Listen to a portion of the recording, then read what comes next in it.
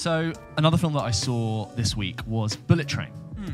I had a much better time with Bullet Train than I thought I would.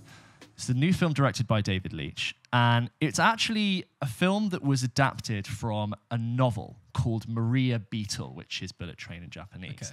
And originally when I heard about this film, I saw the trailer and I thought it looked quite fun, and it's directed by David Leitch, who had recently done Deadpool 2, Atomic Blonde, and had worked on the John Wick films. So I knew what kind of territory we were dealing with. But I had heard that it had been taken from a Japanese novel and had been injected with, like, comedy. Right. And I don't know, it's kind of a red flag for me. Yeah. And I thought maybe this might not quite land.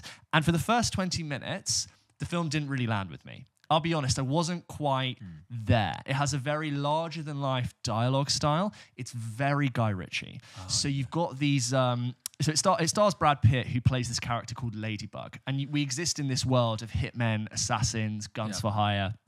And he is known for having really bad luck. Even when he's not trying to kill people, people get killed. And he's on the phone to his, like, sort of agent...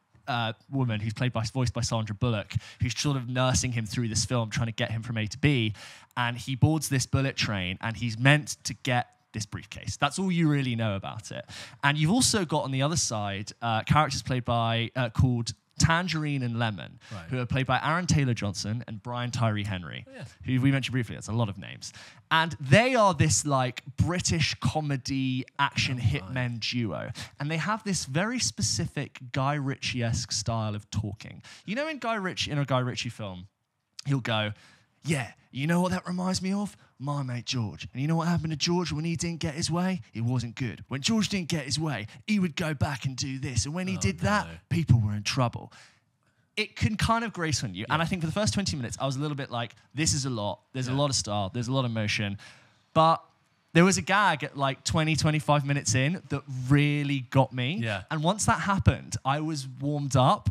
And I was in, and it passed the 6 laugh test for me. Oh, wow. It really did. I actually started counting, which is kind of lame, but I actually really enjoyed my time with it. And did you see it on your own? I saw it on my own in the cinema last night, and I was like, this is funny. The audience, everyone in the audience was also laughing, and everyone was in. Yeah. This film has a certain kinetic, fast-paced style in its direction and its cinematography. Yeah. And sometimes when a filmmaker really goes for it with that pace, I can sometimes feel like the actors aren't in the same metronomic sync with the style. Yeah. I felt like all the actors were in sync with this. It could you know how it could very easily have not felt like everyone was committing. Yeah. I feel like everyone was really committing. Yeah. Despite the slightly hammy, overwordy dialogue from Aaron Taylor-Johnson and Brian Tyree Henry, they're great in it. Yeah. And Brad Pitt is also great in it, which I think without those central performances, you might have lost something.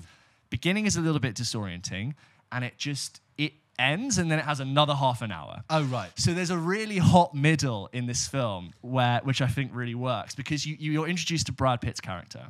And then you start hearing about Brian Tyree Henry and Aaron Taylor-Johnson. And then this other character, I think it's played by Mackenzie Foy, who's also got something to do.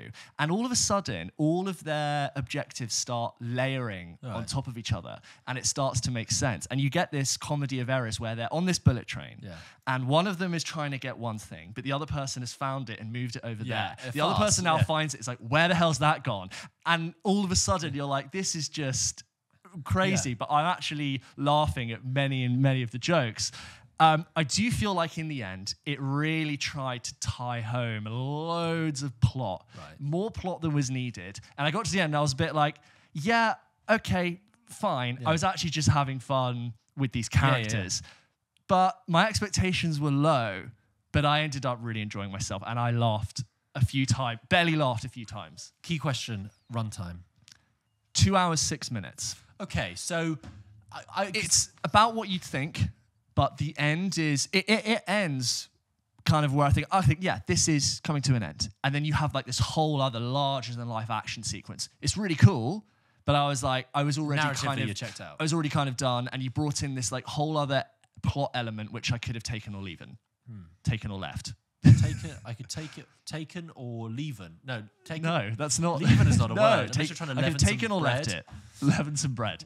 That's Do you know what I interesting. mean? It's like Yeah. it had a really hot middle. Yeah. Where like everything was in flow, and I got who they were, and I knew why that was funny, that had been moved, and why their intentions are really fun, and they sort of fleshed out some of the character stories, and I was like, this is actually better than I thought. I thought I would dislike it more. Yeah. It is a David Leitch film. You've got elements of Deadpool Yeah. wit in there. You've got action like John Wick. Blood? It's a little bit Die Hard. Lots of blood. Cool. Blood splattering scrimp on the blood, everywhere. And Brian Tyree Henry and Aaron Taylor Johnson. There's too many names. Triple barrel names. Lose a middle name. Lose a middle name. They just have such a great electric chemistry together, good. which could have really fallen flat with the Guy Ritchie-esque dialogue. Yeah. You know, I can mention Guy Ritchie. It's got it's really heavily borrowing from like Snatch and Smoking Aces, but those films have Not like Guy Ritchie films, not Guy okay. Ritchie, but like you know what I mean. Those kind of early noughties films, and those films have like a dirt under their fingernails, which give them that quality. This doesn't have that, but it it's borrows. glossy, But it really borrows from that pool of storytelling. Even Pulp Fiction style of like we're going to flesh out this backstory and circle it around and surprise you. If you're really interested and you want a good action film, go and see it. I think you'll be pleasantly surprised. I wouldn't rush out. I'd probably enjoy it more on streaming, I think. I think so too. It sounds like I would be open, I'm open to watching it. Also, I like the fact it looks just kind of different. I like things that lean into a concept. Yeah, Bullet Train, it's a fast, but it's all going to be stuck on a train like that. I think I could probably wait to streaming to see that. It's like I could have looked at the visual style and gone, whatever. But as I said, like everyone feels a part of this world. The bullet train is zipping by at 200 miles an hour, and the city lights are always sort of passing by and glossing on people's faces. And it is a bit silly, but I don't feel like the film ever took itself so seriously that the way in which it sort of took inspiration from a bunch of other things didn't really do it enough to offend me. Do you know what I mean? Very good. That's what I think about it overall. It's good fun. What did Francois Bourgeois think of it?